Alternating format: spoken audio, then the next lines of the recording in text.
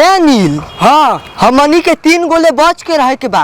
कैसे कैसे हवलदार? दगदर पुलिस हसीना से अनिल। ऊ काहे के हवलदार? अरे यहन जानी जाल में फंसा देवे न। जाल में? हाँ आओ बताओ तानी। बतावा तनी। लसुन बोला। एगो दगदर साहब कने गईली। हाँ आ कहली की बुखार का सुई लगा दही। अच्छा। अरे महाराज जैसा सुई लगा देना कि बब्बू खारा हो गल। का बम्बू? है नहीं अनी। हाँ। और सुना बतावा। गईली पुलिस कने रिपोर्ट लिखवावे। हाँ। अब महाराज हमरा ही पर लव होला रिपोर्ट लिख के हाँ। आ जेल में डाल दहलस। का हवलदार साचो ऐसन बात बा? हाँ अनिल साचो। तोहरे साथी ने गलत भइल बा हवलदार। हमरा ही साथे नहीं भैया। हाँ। ई सब करे साथे होला। लो तू कह देलो तौरी एगो बतिया सुन लो। सुनावा। लो सुन। हाँ बोला। एगो गईली। हाँ। एगो हसीना के लाइन मारत रही। अच्छा। चलो। हाँ। अब महाराज जैसे जूती निकाल के मल्लस गाल पर ना हाँ। जाए के आधा दूर फेंका गली महाराज। और वहीं पर अपने भैया के फोन लगौल। अच्छा। ओकर भैया गोजी धंधा लेके अइनो सो। हाँ। इतना मल्लो से मर दे कि हम बेहोश हो गईली। कुल लाल कर देनो से पीठ। अरे बाप बाप। यही से कहला हाँ। 3 लोग से बच के रह चाहिए। डॉक्टर पुलिस हसीना से। अच्छा। ई कुल के चक्कर में कबू मत पड़ी हा। ठीक है हवलदार भैया। जलानील। हाँ। ये 3 गो से बच के रहे किया। अच्छा। नहीं तो बेटा जी तो बड़ा बुरा हो जी महाराज। हाँ। हाँ वो पुलिस।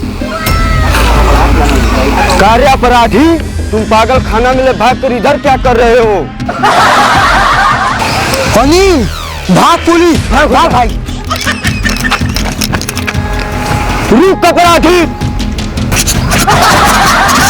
अच्छा भाग लियो सो। अच्छा बेटा एदा पार पकड़े के बाद जिंदगी भर जेल में सड़ा दे।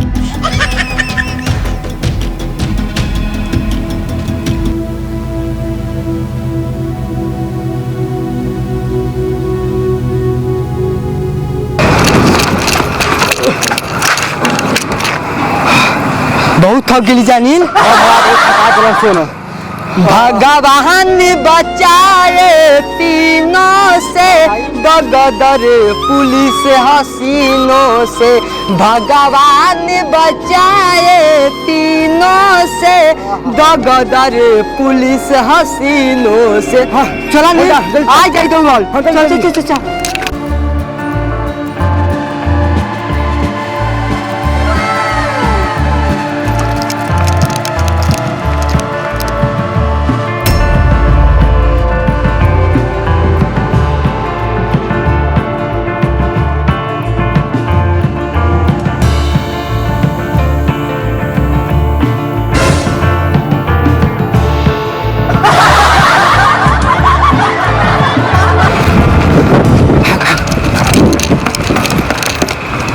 एगो जेल करी है एगो बेल करी है एगो साथे मोहब्बत के खेल करी है। हे भगवान बचाए तीनों से दगदर पुलिस हसीनों से। भगवान बचाए तीनों से दगदर पुलिस हसीनों से। चलो अनिल भाई नहीं तो पुलिसिया आ जाई आ हसीना से भेंट हो जाए ना तो जूती जूती मार के गाल लाल करी। एगो जेल करी है एगो बेल करी है एगो साथे मोहब्बत के खेल करी है। भगवान बचाए तीनों से दगदर या पुलिस हसीनों से। भगवान बचाए तीनों से दगदर या पुलिस हसीनों से। भगवान बचाए तीनों से दगदर या पुलिस हसीनों से। भगवान बचाए तीनों से दगदर या पुलिस हसीनों से। चलो नील भैया जल्दी जल्दी भागो। क्या भागते यार? नमस्कार दोस्तों, आज आप लोग से एक जरूरी बात कहनी है। गाइस बहुत लोग सोचते हैं कि हमारे लाइक सब्सक्राइब कर देने से ये भाई लोग बहुत ज्यादा पैसा कमा लेते हैं। तो ऐसा बिल्कुल भी नहीं है गाइस, क्योंकि जितना हम लोग कमाते हैं ना उससे ज्यादा लगा देते हैं वीडियो बनाने में।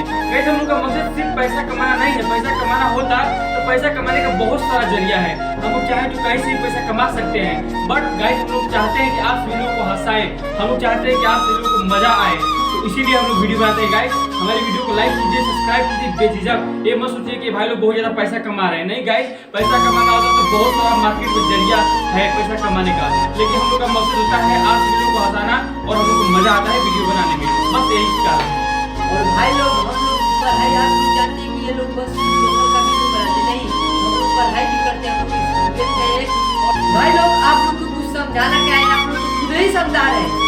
आप लोग दिल से सपोर्ट कीजिए, आपका भाई दिल से वीडियो बनाएगा, और अपने दोस्तों में शेयर करते रहिए और लाइक सब्सक्राइब करते रहिए भाई लोग। जल्द मिलते हैं धमाकेदार वीडियो के साथ, तब तक अपना ख्याल रखिएगा। जय हिंद, जय भारत।